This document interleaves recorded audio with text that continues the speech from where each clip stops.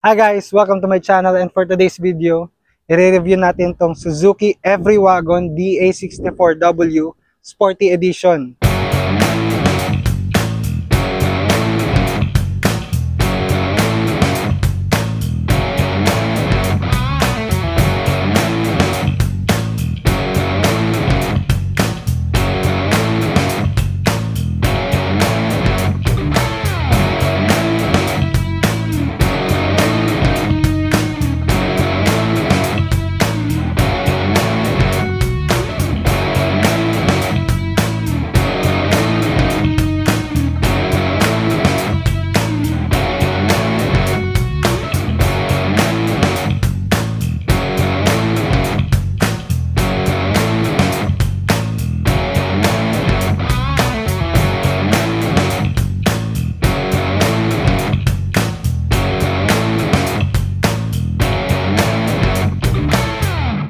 Ten, 9, 8, 7, 6, 5, 4, 3, 2, 1. We have ignition.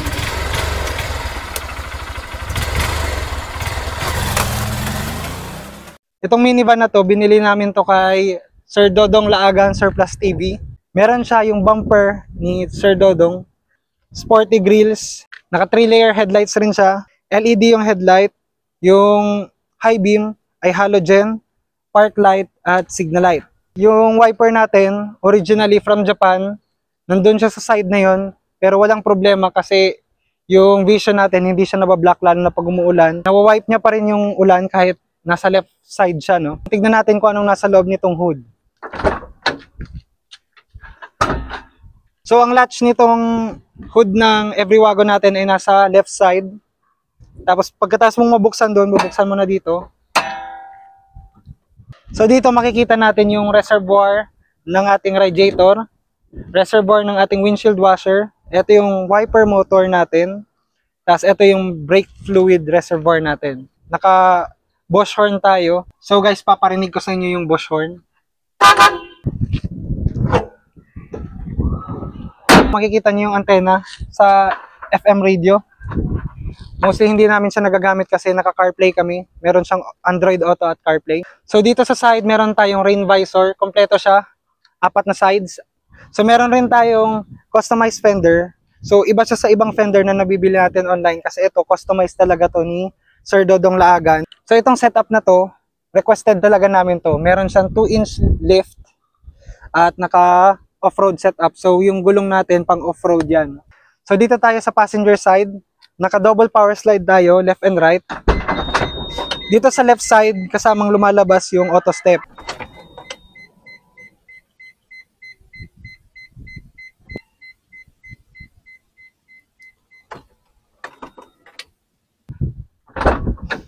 Pwede natin makontrol dito sa unahan yung mga power slide.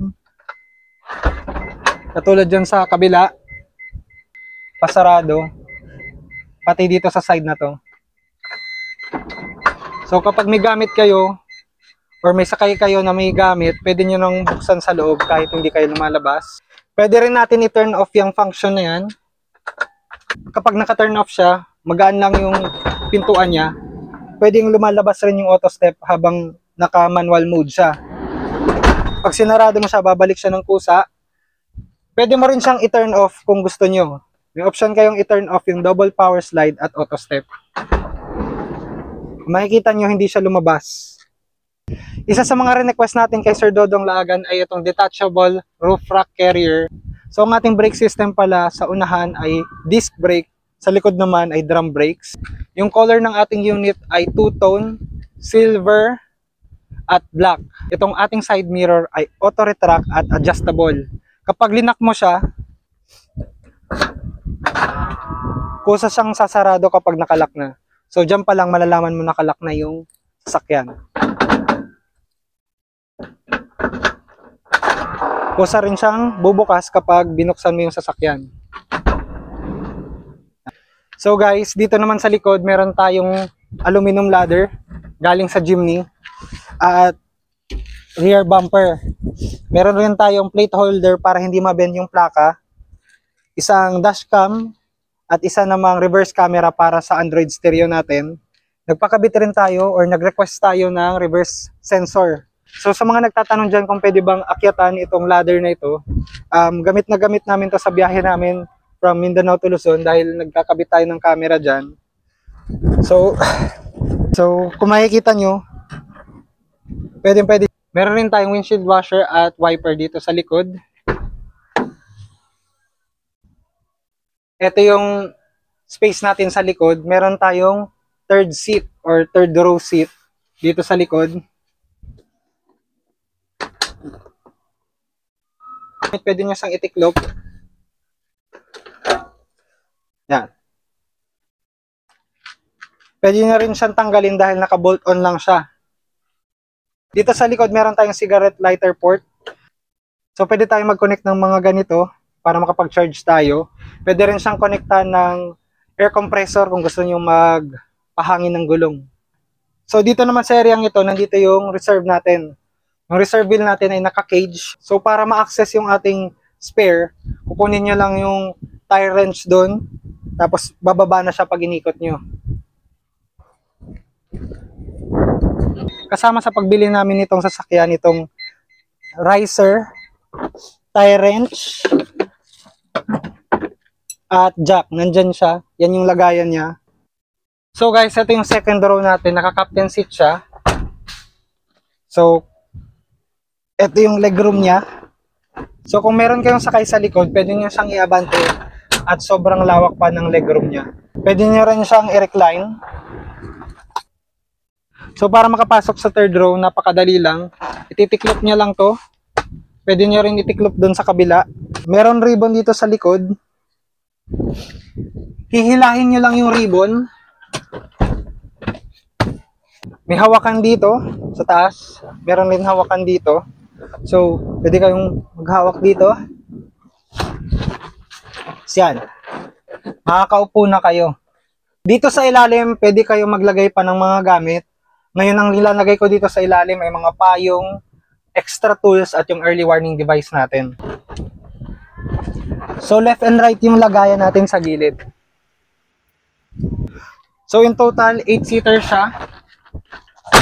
So, dito sa side na to, dito nyo makikita yung ating engine. Dito sa area ito yung turbo, nandito rin yung injectors, tapos spark plug. Meron tayong mga sensor dito. So, dito sa side na to, mga major engine parts lang. Doon naman sa kabila, makikita natin doon yung air filter housing, fuse box, nandito yung ECU, throttle body, alternator, tas nandito yung mga belt natin. Dito tayo mag-check ng oil, dito rin tayo mag-check ng ATF. So, dito sa likod, meron tayong ilaw. Meron rin tayo dito sa unahan. Yan. So, harap likod siya, yung ilaw natin. Meron rin pala tayong electric fan dito. Yan. Tapos meron tayong sun visor dito. Ito yung controls natin para sa side mirror. Ito naman yung controls natin para sa bintana. So, pwede natin siyang buksan. Ito naman dito sa kabila. Pati sa likod meron siya. So, ito naman, ito yung pag-retract ng side mirror. Yan. Tapos, pagbukas. Meron rin siyang central lock. Kapag linak mo to, lahat siya maglalak, lahat ng pintuan nakalak yan. Pati doon sa likod. Tapos, ito yung pedals natin. Parking brake, brake pedal, at accelerator pedal. Ako na lang naglagay nitong pedal covers. Ito yung steering wheel natin. Stock. Pati yung dashboard natin, back to original color lang siya. Kasama na rin tong cup holder. Dalawa dito sa unahan, dalawa rin sa likuran. So pati sa unahan, naka-captain seat siya, meron siyang armrest. Pwede mong ibaba, pwede mong itaas. Adjustable ang mga upuan. From front to back. Adjustable rin yung ating steering wheel. Pwede siyang ibaba, pwede siyang itaas. Depende sa gusto mong posisyon. Meron tayong lagyanan dito. Mga sticker, coins. So, ito yung POV natin sa van. Dito sa side na to, meron tayong battery at temperature gauge. Meron tayo ditong dashcam. Pwede siyang front, pwedeng back. Pwedeng at the same time, sabay sila. Dito meron rin tayong 9-inch Android stereo with reverse camera. Pwede nyo rin siyang i-connect sa phone nyo. So, 1, 2, 3, 4 vents. Ito yung control sa fan. Ito yung control para sa aircon. Pwede nyo siyang i-turn off. Meron tayo ditong hazard switch. Ito, lagyanan ng coins, extra, auxiliary. Meron rin dito, lagyanan. Shifter natin, reverse, neutral, drive, 2 and L. Meron tayong overdrive. Tapos meron tayo ditong cigarette lighter. Dito ngayon nakasaksak yung dashcam natin. Tapos meron tayong glove box. So kung makikita nyo, nandyan si Mrs. sa likod. Ito yung ating reverse sensor, yung dashcam natin. So sabay sila kapag nakapag-reverse. So guys, ito yung steering wheel natin. Nandito yung horn. Nandito sa side na to yung mga ilaw. So, park light, headlight, high beam, tapos pass light. Nandito rin sa side na to yung signal light. Taas para sa left, baba para sa right. So, nandito sa side na to yung ating wiper. Low, medium, high. Nandito yung rear. Tapos nandito rin yung ating windshield washer. So, meron rin child lock yung minivan natin. So, sa ibang sasakyan, kailangan mong lumabas para mabuksan yung child lock. So, dito naman, kailangan mo lang pindutin yung dual power slide natin. Hindi mo na kailangan lumabas. Pwede ka rin naman lumabas at buksan rin doon. Tapos, hindi mo siya mabubuksan dito sa loob. Palaging sa labas lang kapag naka-on yung child lock. So, guys, ito yung review natin ng ating minivan. No? So, yung total price ng ating minivan ay inabot ng 384,000 pesos. Kasama na lahat ng mga accessories dito. Kasama na yung third row. Tapos, kasama na yung roof rack carrier. Nandyan yung ladder. Nandyan na yung lift up kit, nandyan na yung off-road tires, yung dashcam, yung 9-inch Android stereo with reverse camera at yung reverse sensor. Tapos nandito na rin yung gauge natin, yung battery. Kasama na sa package yung fan, tapos yung front and rear bumper. So sa 384,000, ito na yung buong setup mo kung gusto mo magpagawa kay Sir Dodong Laagan. So dito ko na po tatapusin itong video na to. No? So sana nagustuhan nyo. Kung nagustuhan nyo, please leave a like, comment, and subscribe at magkita-kita tayo sa susunod na video. So, yan yung kaganapan ngayon. Hindi pa kami tapos mag-video. Oh, lumalapit siya. Lumalapit na ang auto. Iniisip ni Mrs. yung sasakyan baka, atakihin. So, nagpa-pack up kami ngayon. Hindi ko pa tapos yung video. Bakit siya nandito? Yan siya. Yan yung baka.